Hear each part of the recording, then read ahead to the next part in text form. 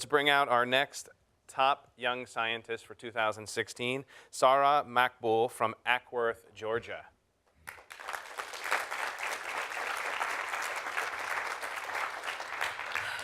How you doing? Great. Ready to go? Yes. All right, Thank good you. luck.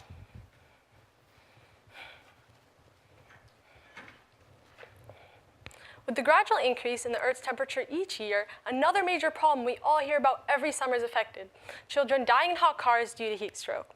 So this summer I invented Cool Baby to prevent these deaths using science and math.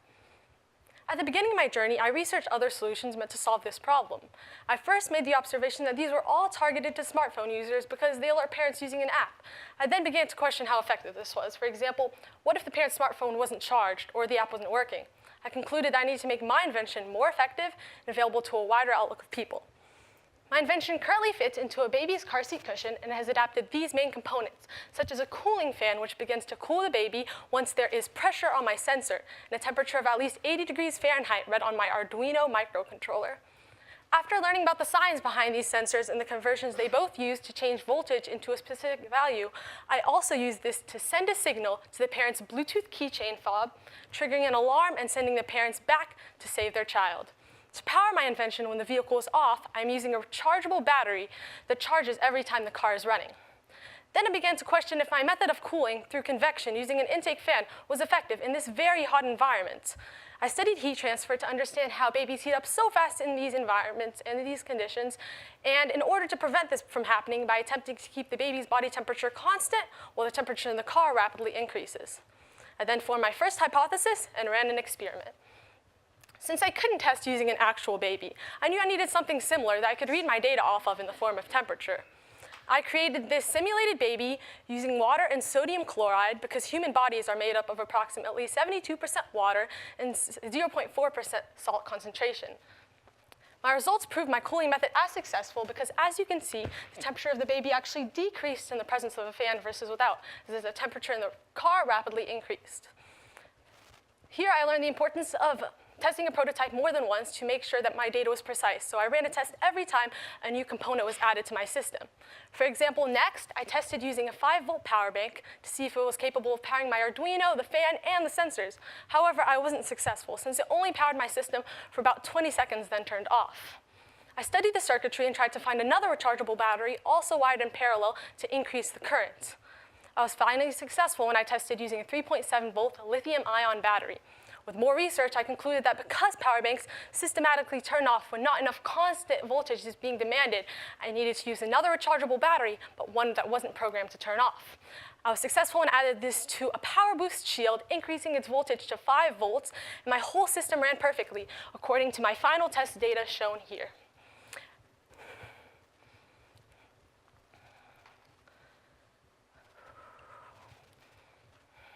And then I began to question what Bluetooth method I could use. I looked at a lot of different methods, and my first planned one was 2 Bluetooth beacon bracelets the parent and child would use. However, this didn't prove effective since I couldn't connect the two after finding out that they both acted as transmitters of data rather than receivers. So I innovated. My mentor and I tried to devise a new creative way to alert someone. And my inspiration came from the 3M post-it reminder tags because they did their job and could attach to something that would, in reality, remind you to do something else. My alert system is currently a Bluetooth keychain fob powered by a coin cell battery and triggered by the pressure on the sensor. So when I apply this pressure, the fan activates and it's alerting the parent on its keychain fob. So after looking at many different ways and system setups, I decided to go with a car seat cushion because this way all my sensors were hidden and the fan was close to the baby, making it extremely effective. All of the components in my invention fit into this car seat cushion. At the bottom, I have placed a pressure sensor on top of a 3M foam compounding pad because even if there's extreme pressure on my sensor, there will still be airspace and flow to not damage it. My fan is replacing the cushioning on the left side padding, and my Arduino is in a project fastener on the right side. To temporarily enclose everything and still allow for checks, I adapted the 3M fastener loop throughout the cushion as well. And to secure my fan, I used the 3M Scotch Wold epoxy. To secure all of my electronics, the 3M super glue gel worked perfectly. In the future, I plan to further innovate by replacing my lithium-ion batteries with solar power to make it even more effective. And I will increase my Bluetooth range.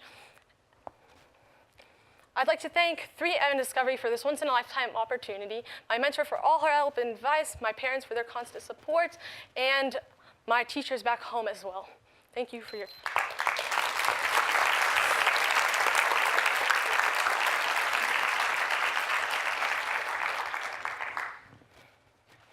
Good job. Take a deep breath. What are the benefits of using a fan as opposed to maybe some type of cooling gel or some other technology? Yeah, so the fan uses the science of convection, so it's not direct contact, but since the fan has a pretty big opening, it's able to cool the baby in a large scale. And when it comes to convection, the formula that's with that is area. So as I increase the area, the baby will be cooled more, and more cooling transfer rather than heat transfer will occur. And I have looked at different cooling methods, such as thermoelectric cooling, where one side is cold, one side is hot. However, this wouldn't prove effective, obviously, because of the hot side.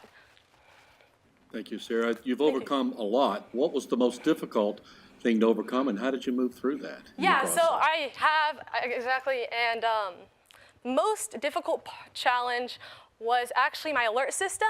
I was connecting two Bluetooth low energy modules from my Arduino, and this is the alert system. And currently that's impossible, near impossible, because you have to connect two Bluetooth modules with either a computer or an iPad or a device in between. So I had to look at many different hacks and have a lot of different research to make this possible and to make it very effective. Thank you. I have a question. When you go outside on a hot day and the wind blows, you feel cooler, and that part of that is the convective cooling, but another part is evaporative cooling. Your sweat is being evaporated. And your prototype baby, was that a simple plastic bag like polyethylene, or was it something that the water inside could permeate through and simulate the evaporative cooling? Yes, so it was not able to permeate through, so that tells me that my invention will be even more effective in a baby, since that cool air will be able to permeate through it and cool it even more effectively. Hi, great job. Thank you. Was wondering if you gave any thought to, I know sometimes when you're in certain buildings and materials, the signals do not go through. If you were able to test how that signal would go through different concrete or metal buildings. Yeah, so during my testing, I actually thought about this, and I put this into consideration by putting my alert system outside of the car, obviously how it would work, and my cooling device inside, and it didn't act as a barrier, and I was still able to get up to 30 feet of range. However, I will improve this. That was part of my future work by applying more input voltage, and that will be able to give me more of a distance range. Thank you. Really good work. Were there any surprises along the way, something that you discovered that you didn't anticipate from the beginning of the project until now? Yeah, exactly. With my alert system, I didn't know that I wouldn't be able to connect the two, and I was relying on this the whole time. So that just gave me more time to do research and to figure out about this, and now I know even more about programming and Bluetooth, like a ton, so that was very helpful. Great job. Thank you. What was the final cost of the project when it came down to it? How much would it cost to make this a real product? Yeah, so after my additions, I have totaled it up to $165, and however, I'm using two Arduinos just to show the technology of it, and Arduinos are really a developmental product, so I would definitely not use this when I'm producing in a large scale. I'd use something way smaller, and that I would still be able to program, though. Awesome project. This could definitely be used. So I wanted to ask about the fan, because it looks like it's sticking out a bit. Yeah. Does it cool the inside of your device, or does it go straight onto the baby? It goes straight onto the baby to make it very effective when it's very hot, and after researching, I knew that it would be most effective near its head, and that's where I'd feel the difference. Okay, and I also wanted to ask, is there any kind of safety precaution you took so that the baby won't stick its fan or something? Yeah, so there's actually going to be a mesh that the temperature could still go through, even the cooling would still go through, so it couldn't get things stuck into the fan, such as like a pacifier. I did think about that. So this is a very interesting solution to a problem. The question I have for you is that if you simply had just some kind of a sensor on the baby seat, that when the parent actually left the car and it basically let the parent know that they had left the baby in the car, is it absolutely critical to have a heat sensor in your system for it to be effective? No, it is not, but I would, yeah, sorry. Awesome work. Thank Feeling good? you so much. Yeah. All right. Thank you. I'm gonna head out that way. All right, so we have one presentation, one finalist to go. For those of you that are watching us online, thanks for hanging in there with us. I actually want to. I was pulling up a few tweets because for those of you that are viewing this from your classrooms, from home, from all different parts of the world, we are going to give away that autographed set of Young Scientist Challenge cards. Here's Sara right there, right? So I will send that out to my favorite tweet. I do want to just point out, since you guys are all done, right? Well, this won't make you nervous because you're done. Like, there are literally like thousands upon thousands upon thousands of people tweeting and viewing and watching this, including Patty Gramman's class is being inspired to innovate. Thank you, Discovery Education and 3M. And she's from Georgia. So there are classes all over the place, right? So you're done. I didn't want to show this to you while you're up here presenting, but there's also great tweets. I sent one out personally that said the host is doing a great job. Nobody has retweeted it, so I don't. So for those of you that are watching, though, wanted to just give you a sneak peek.